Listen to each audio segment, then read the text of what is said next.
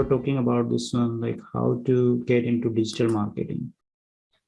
So let me first go into the research part. So when you start research, I mean, this kind of an initial challenge where you need to think upfront who you want to target. And upfront is like really narrowing down the choices, right? When you have a business, you always have one buddy, right? One person, one friend whom you can just give a call. And when you can just ask this person, or you have hypothetical imagination of one person. So in this case, we are targeting students and young professionals. I mean, it's not a 2%, but this is a student and young professional who is aspiring to be in the field of digital marketing. And this person is obviously looking for new career in digital marketing.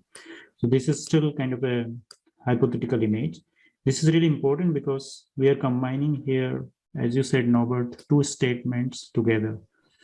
If you see it carefully, here is the business idea. So digital marketing or a new career in digital marketing, this is our business idea.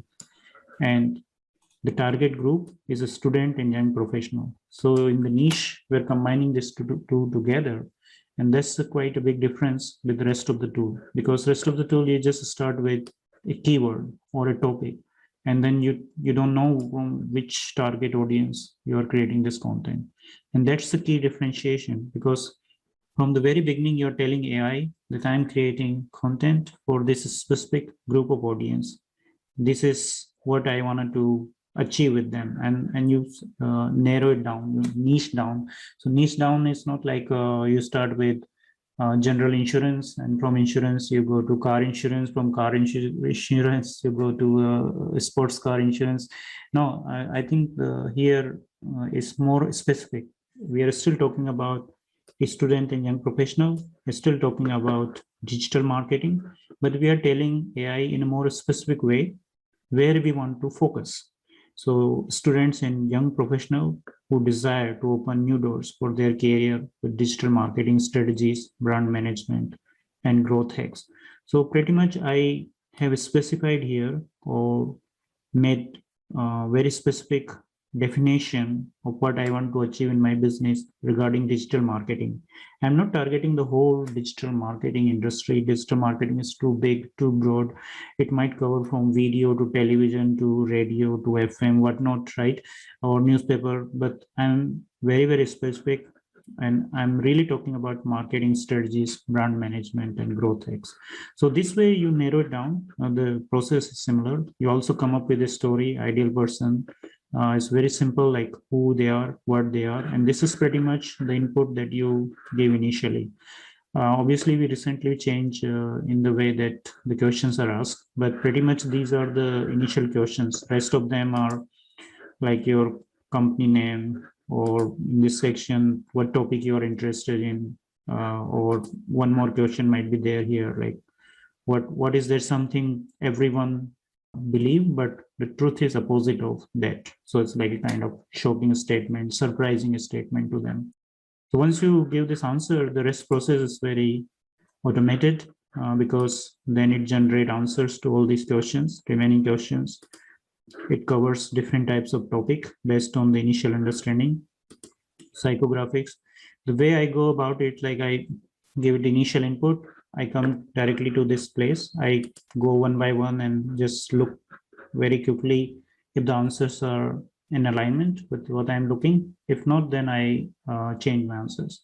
Yeah, perfect. Just what you were saying. So first you create the workspace. This gets filled out after you answer the initial questions. Then you go through each tab on the left and Right. check in the middle. Right. And then if you adjust something, then you click save, and then you hop to the right and generate insights. And then if you take the time, you can also go through the insights and make that fit as well, and delete stuff which is completely off. Right, right. That's what I would do, and that's what I have done in all the workspaces that we have created. I followed a very standard process. First, provided some initial input, came here, curated this, corrected them, saved them. So I also, maybe one thing that you wanted to do is first you wanted to go through each of these steps, correct all the information, which might take you another 15 minutes, 20 minutes, because already information is pre-filled. You save it. Then I go first. I will generate insights. If I have time, I will read them. Think of this when you do a research, you always start with an executive summary. You have some references, and then you have a lot of additional material to show to professor that you have referred to these pages. Similarly, we are creating this extra knowledge based on our initial ideas and expanding on those initial ideas. And this extra knowledge is for Athena to train in the database. So when we create content, this content will be sort of referred to these points as well. The one on the right is for Athena. The one in the middle is for Athena Insights, as well as the middle is both for Athena. Yes. And both of these, when I start changing them, they both eat the points or the credits or whatever the. Not only when you generate them, but when you change them or save them, it doesn't. And you can generate more of them also.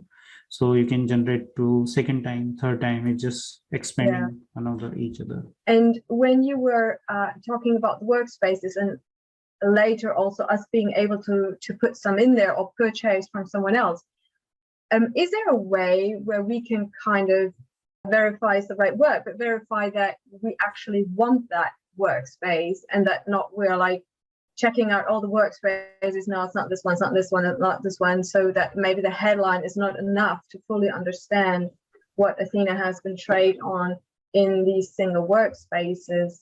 And the second question to this view I would have is, when I have now team members who are clicking away, finding it so awesome to click away, so they're using up quite a few credits until they really understand this thing, is there a way to see who uses how many of the credits?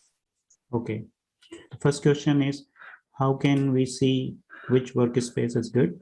So first way you wanted to try, just search here, like there is a search button, or here in the marketplace, there's a search button. But what is hidden here is this preview button. So when you click the preview tab, it has all the information, like who is the target audience, in this case young adult working woman having ADHD symptom. So this is our ADHD pain points, this is our workspace. Then it's more information is there, like what is the main topic of interest, ideal prospect overview. Michelle is 32-year-old young mother of 2 kids. She's having problems managing her work-life balance. You see, single big result, single big question. So exploring this, you have sufficient information whether this workspace is something that you can use. It also has 8 blogs already written on 3 copywriting scripts. So in the next iteration, we can also create little preview of those blogs or done for you content. So you can explore like first paragraph or introduction of that blog or content. The second question about you was how to deal with the team. So of course, you can add the team member, but currently the credits are or overall. So it is very difficult to track.